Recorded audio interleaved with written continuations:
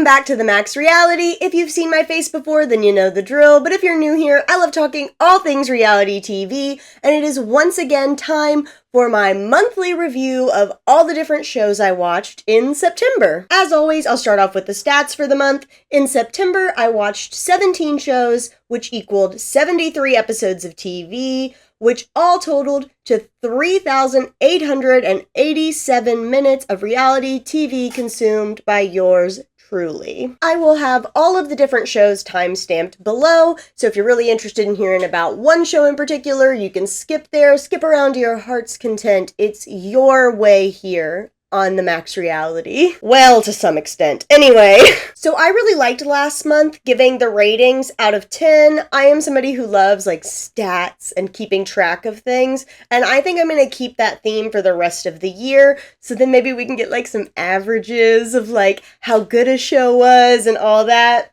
You know, I love stuff like that. I'm a nerd and I love reality TV, and that's what we're all here for, right? So with that, the first group of shows I'm going to talk about are shows that I talked about in August that already got a rating, so we can see what the difference is between last month and this month. First up, in shows from last month, we have MasterChef Season 15. It came to a close in September. Last month, I gave it an 8, and I think it's going to stay at an 8. I thought it was a really fun season. It was a good time. Like I've been talking about for months now, if you've seen my other recap videos, this has just been such a good season of MasterChef. I honestly don't have anything left I can say about it. If you're really curious, go to those other months. But the quick recap is Tiffany's great. I feel like there's just new, good energy. Just overall, the vibes are better. And if you haven't checked it out, maybe you like fell off the MasterChef train, get back on it because it is good again. You heard it here first. So it's keeping that 8. I don't think it like got better, but hopefully next season will be a 9 or maybe even a 10. I would love it. I'd be so here for it. Staying on the train of Gordon Ramsay and shows that ended in September, we have Gordon Ramsay's Secret Service Season 1. It was the rebranded Kitchen Nightmares, just like a slightly different theme if you haven't heard me talking about it. And last month, I gave it a 5. I don't know. It's really hard for me not to compare it to other shows. And I mean, like, that is kind of this whole thing, is comparing shows against each other, because, you know, it's rating things. But I don't know. I'm always so conflicted with Secret Service, because the show Kitchen Nightmares, which is, you know, kind of what this is derivative of, I talked about this last month. So sorry if you're hearing this again. I'll make it fast. But Old Kitchen Nightmares was just so much better. And that's what I'm comparing this to, and I shouldn't. Because it's a new show, it's new. I don't know. My heart's saying to demote it and give it a 4.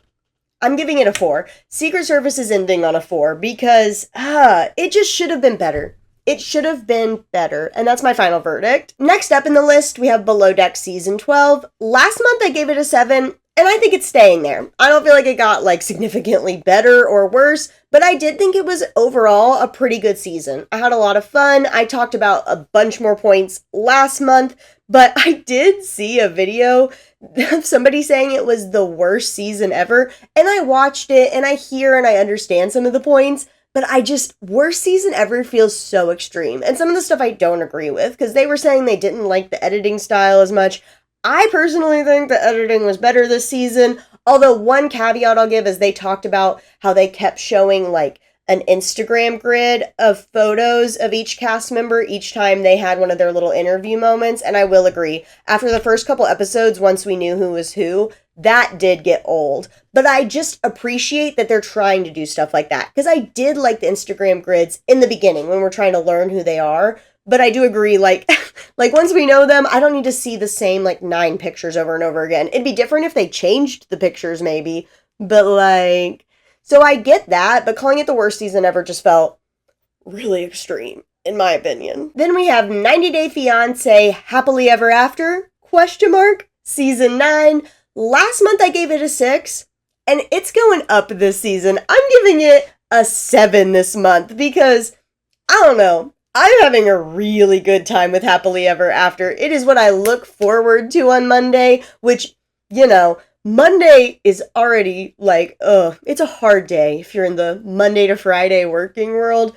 but at least I have this one glimmer, and that is 90 Day Fiancé Happily Ever After. I am having so much fun with it. Like I said last month, though, if you're not in the 90 Day Fiancé world, I do not feel like you'll agree. Part of what gives it such a high rating for me is because I know these couples from watching them previously, and that's what's giving me the most entertainment, is like knowing all the backstory. So if you're not like steeped in the 90 Day Fiancé world, wouldn't recommend it. Rating would be different. But for 90 Day Fiancé fans, I'm living for this season. I'm having so much fun. So 7, it's going up. Back to shows that ended in September. Thankfully, we have Bachelor in Paradise season 10. So, okay. Okay. So, really, I have one episode watched in September because they chose to do the reunion as a podcast. That's a whole separate thing. So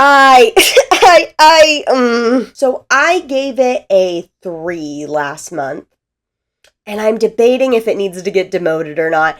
It just, like, the reunion thing was egregious. Also, if you went and watched the reunion, like I did, the quality of it, the audio quality, just everything about it was so incredibly upsetting to watch.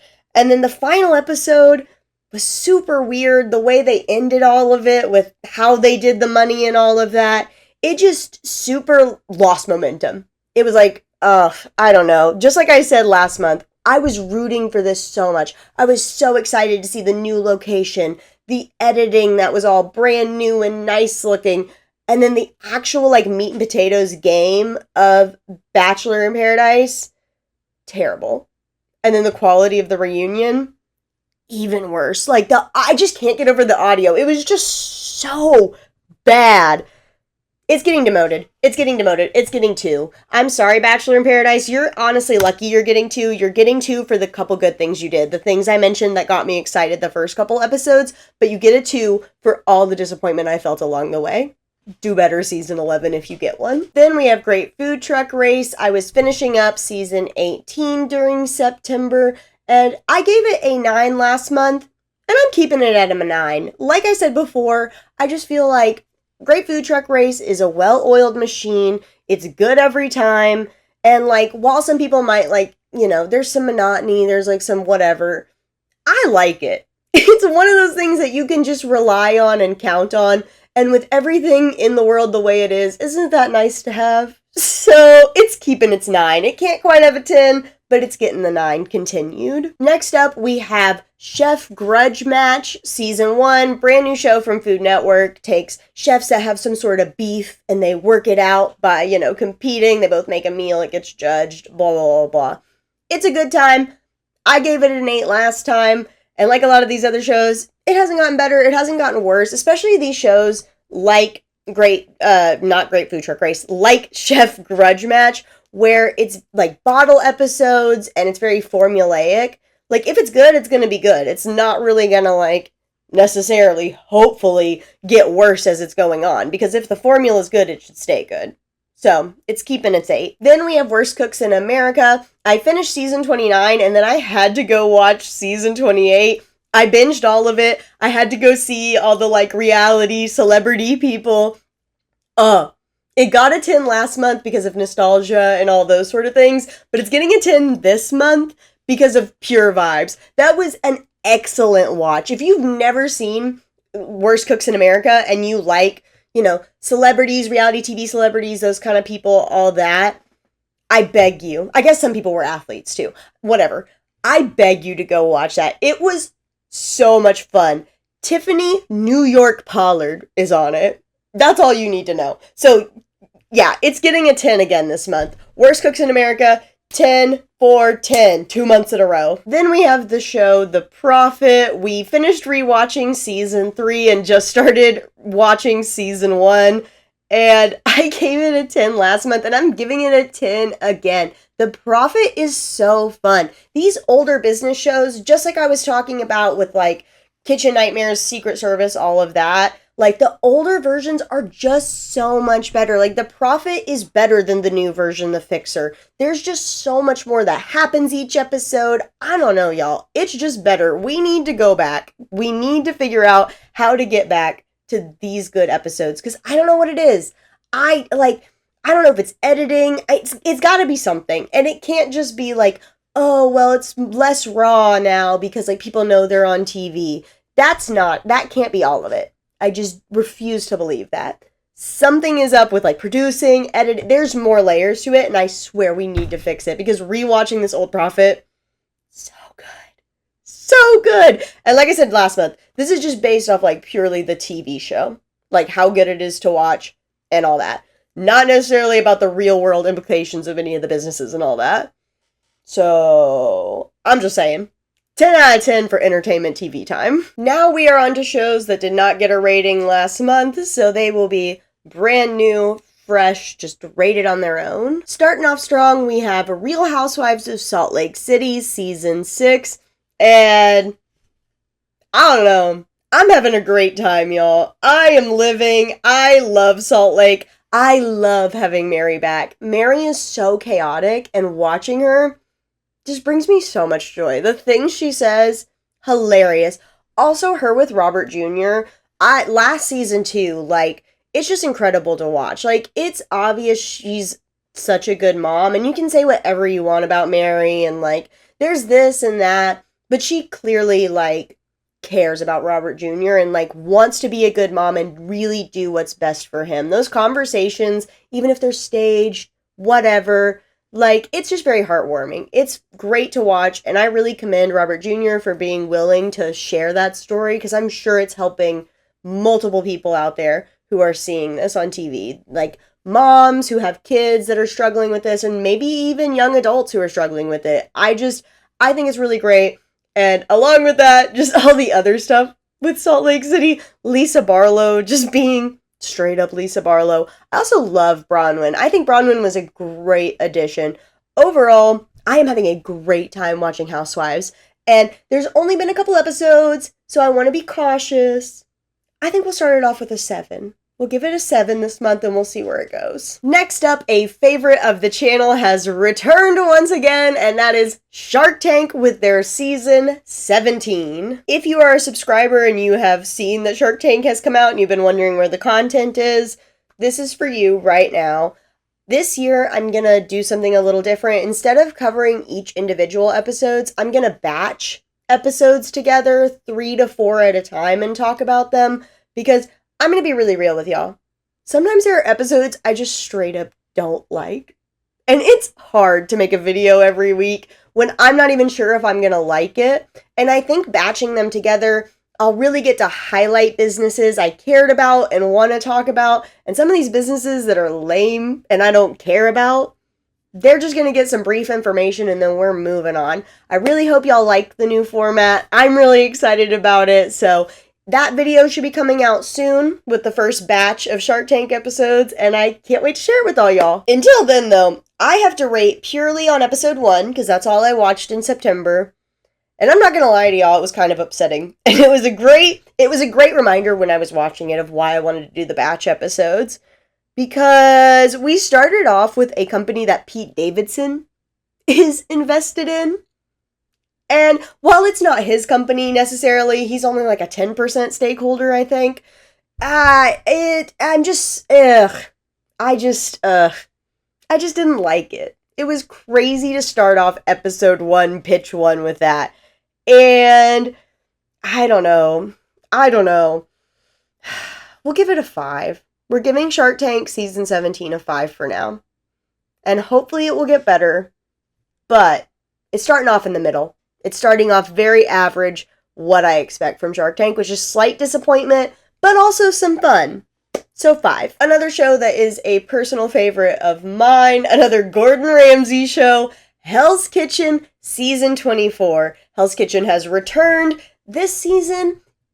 The theme is states? It's states. Okay, so if you've watched Hell's Kitchen, generally, like, if they're just doing a basic season, it's just boys versus girls. That's generally what Hell's Kitchen is. They do switch it up sometimes. We had a season where it was, like, younger people versus older people. I think there was one that was, like, maybe, like, professionals versus, like, home. No, that's not right. But they've switched it up. You hear what I'm saying, right? This time they did states. But there are 50 states, and there's like 24 people. I might be wrong on that number, but way less than 50 that make it into Hell's Kitchen. So me and my partner are watching this, and we're like trying to understand how the state theme is going to fit in, because we've known that was the theme before watching the episode. And he has all, like, one person from each of the states got to come to this big, like, grand convention hall, and then they got called out, like, who actually made it into Hell's Kitchen, and to be like, Carly from Phoenix, Arizona, you know. And the thing is, it's still split up boys versus girls, and not all 50 states are represented. But they keep bringing up where they're from, like the states is a component of it, but, like, it's also kind of not. It's very weird. I very much hate it. I do not like this. I just wish they would drop it. Just drop it. Like, if it's not gonna work in the normal, like, constraint, like, there are 50 states! I'm gonna calm down. This cannot hurt me. It is just reality TV. But it is upsetting. I'm so tired. This is part of what the issue was with MasterChef for a minute there, when they were doing weird themes that didn't really work. Quit it. Hell's Kitchen is a gem. It's been on for 20 plus years. Just do men versus women. Or if you can think of two groups to compete against each other, do that. Otherwise, quit it. Quit it. Because of that, it's getting a 6.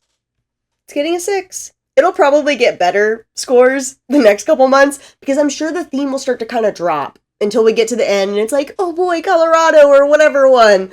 But it's getting a 6 for now. That's how I feel. Next up, we have The Insiders Season 2. If you watch my videos, I talked about this. I think I watched it in June. I watched Season 1. And while Season 2 was already out, I just hadn't really wanted to watch it again. Like, I've talked about Season 1. I've talked about it in multiple videos, like the recap videos. And I talked about it in my, like, why you should watch foreign Netflix reality TV shows. And while I like Insiders, it's very intense, and I wasn't really ready to watch it again, but then, and I talked about this last month with a show called Yes Chef, I decided The Insiders would be the perfect show to binge while I was working on making ravioli. Little fun fact lore about me, I spend a day every, like, couple months or so making just a bunch of ravioli. Freezing it, batching it, it takes, like, a whole day. It's a big thing I do. And I always try to pick a show to watch during it. I picked Insiders, and I was so focused on working all day. Last time I did this, I remembered the show. This one, I don't remember one single moment of it. Just like Yes Chef, not one single moment of it.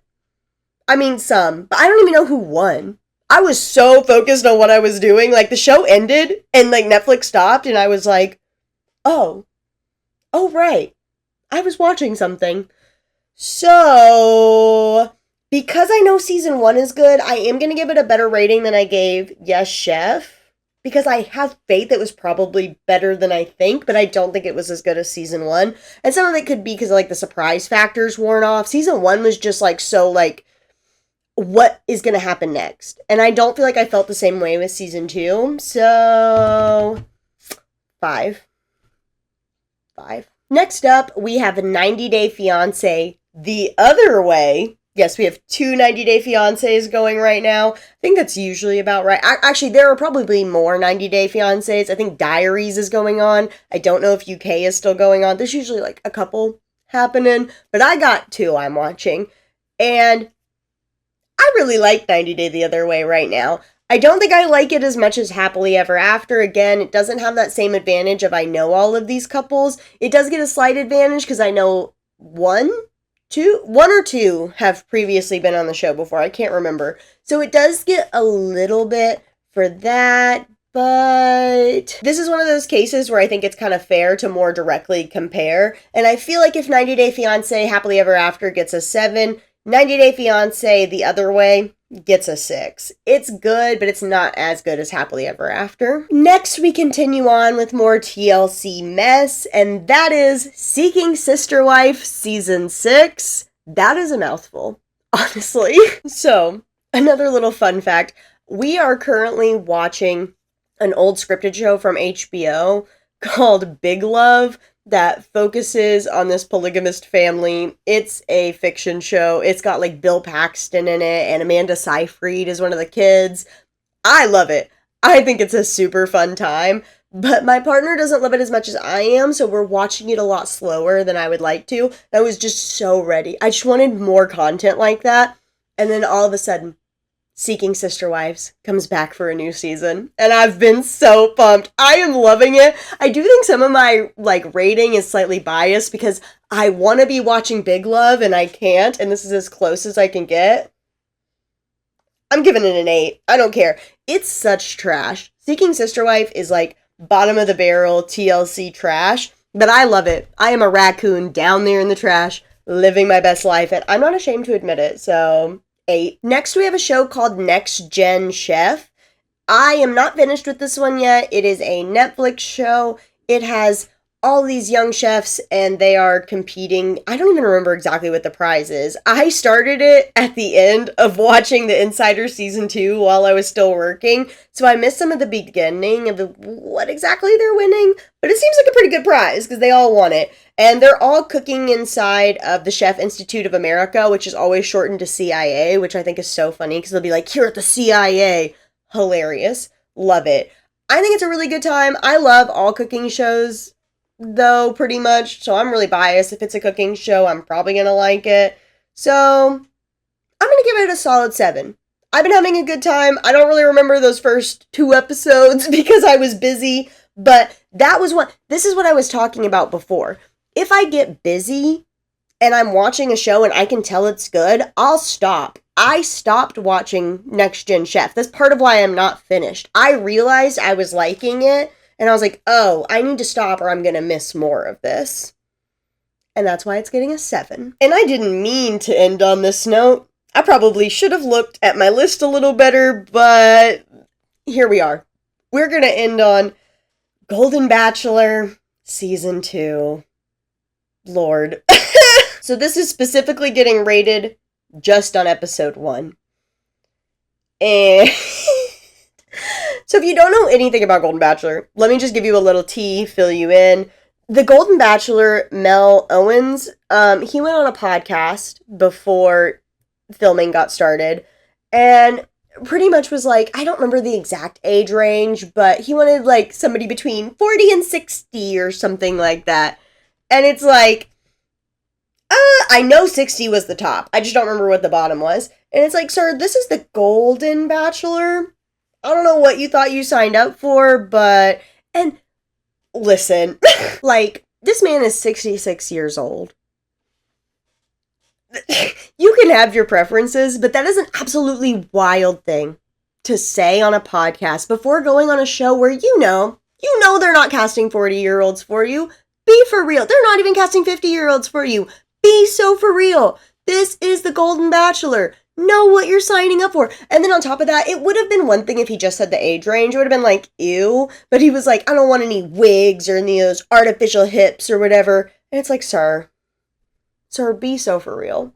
Sir, be so for real. And the whole first episode ends up mostly just him having to apologize for having said that.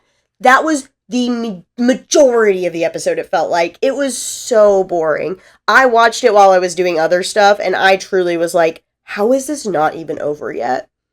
That's when you know it's not good. The editing is nice. It looks nice. This is a hard one for me. Honestly, if I'm being super real with myself, it's getting a 2. It is getting a 2. It was such an annoying first episode. The ladies are great, though. That is the only saving grace. Both points out of the 10, these 2 points, are just going to the ladies. They're fabulous. They're a great time. I am watching for them. I am not watching for Mel, and I hope they all have fabulous lives outside of Mel, honestly, if we're being for real. Golden Bachelor Season 2 is getting a 2. Final rating for that for now. And that is a wrap on all the different shows and their ratings for September 2025. If you liked the video, don't forget to like it down below. If you like reality TV content, check out the channel and subscribe. It is a good time over here. As always, I want to hear your thoughts, feelings, opinions, comments, all that and more down below. And until then, I'll see y'all in the next one.